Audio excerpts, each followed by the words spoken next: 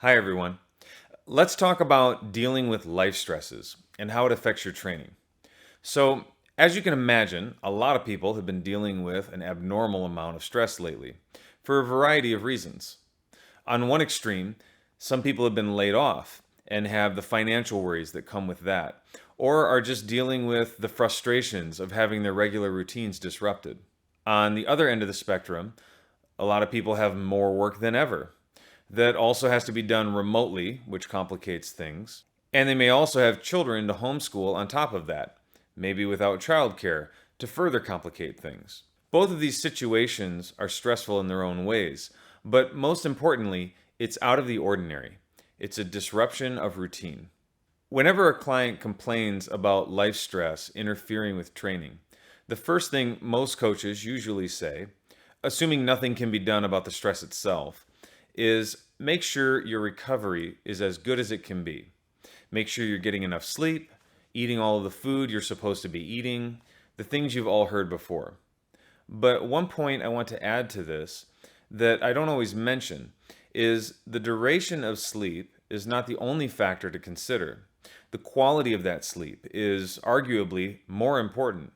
A very helpful life skill that everyone should develop and frequently work to improve is learning how to let go of the stresses of the day when it's time to get ready for bed. I guess what I'm really talking about is different forms of meditation, but it can be approached many different ways, and different methods work for different people. It doesn't have to be about aligning your chakras, unless that works for you, in which case, great. The bottom line is, no one will have restful sleep if they can't learn how to relax on command.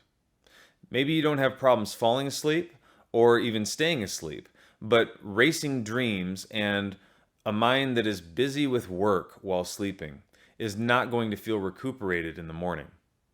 Really, this is about not wasting sleep time. About a third of your day, right? A lot of people that have fast paced lives disregard sleep as this sort of passive thing that's indulged begrudgingly, instead of deliberately regarding sleep as an important part of the day that requires careful attention, just like your profession does. This doesn't mean it has to feel like you have yet another job. You just have to make sure that your sleep routines are serving you effectively. It doesn't have to be difficult, just deliberate. Here's an easy bedtime meditation routine for someone who otherwise has no interest in meditation. The goal is really simple.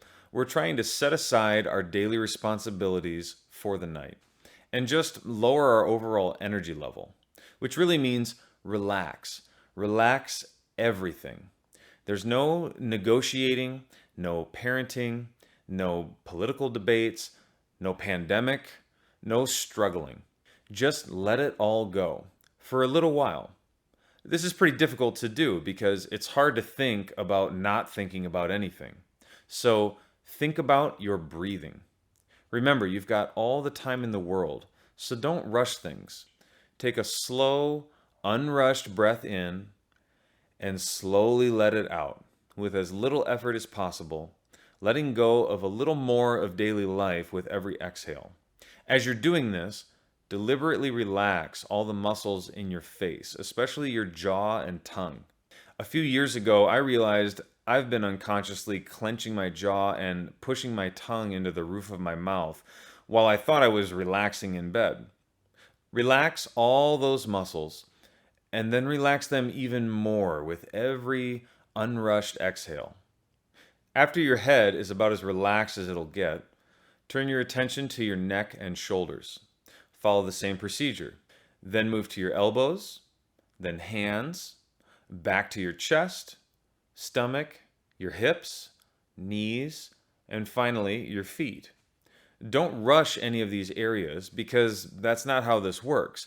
And you have all the time in the world. You should feel a complete lack of urgency while doing this. Also, you can always revisit an area that feels like some tension is built back up. It's a very fluid process, like smoothing out wrinkles in a sheet, right? Sometimes you have to go back to the same area a couple times. It's as simple as that. Now, let's talk about the other basic skill that everyone needs. A routine is only a routine if it's routine, right?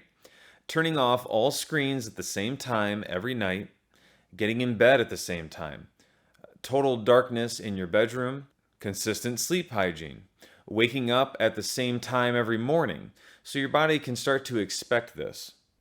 Obviously, this helps regulate circadian rhythms and all of that, but also having a set routine is a more efficient way to tackle your tasks through the day. The larger skill that we're really describing here is time blocking, a way of scheduling all the important tasks of the day into discrete periods to not only make sure everything important gets done, but also to completely focus on the task at hand without distractions. Now is the time for this one thing and nothing else. Time blocking can also help de escalate life stress because it makes it easier to cross things off your list and be done with them. So here's my contribution to time blocking: time block your sleep routine. It's important, so it should be accounted for in anyone's schedule. And this way, when it's time for the daily sleep routine, you should set everything aside and focus on it, just like you'd focus on any other critical task. When the sleep routine starts, it's your job to focus on it and nothing else. I think a lot of people would benefit from approaching their schedule this way. That it's okay to stop juggling everything at night because it's the time to stop juggling. Hopefully, this helps some of you. Talk to you guys soon.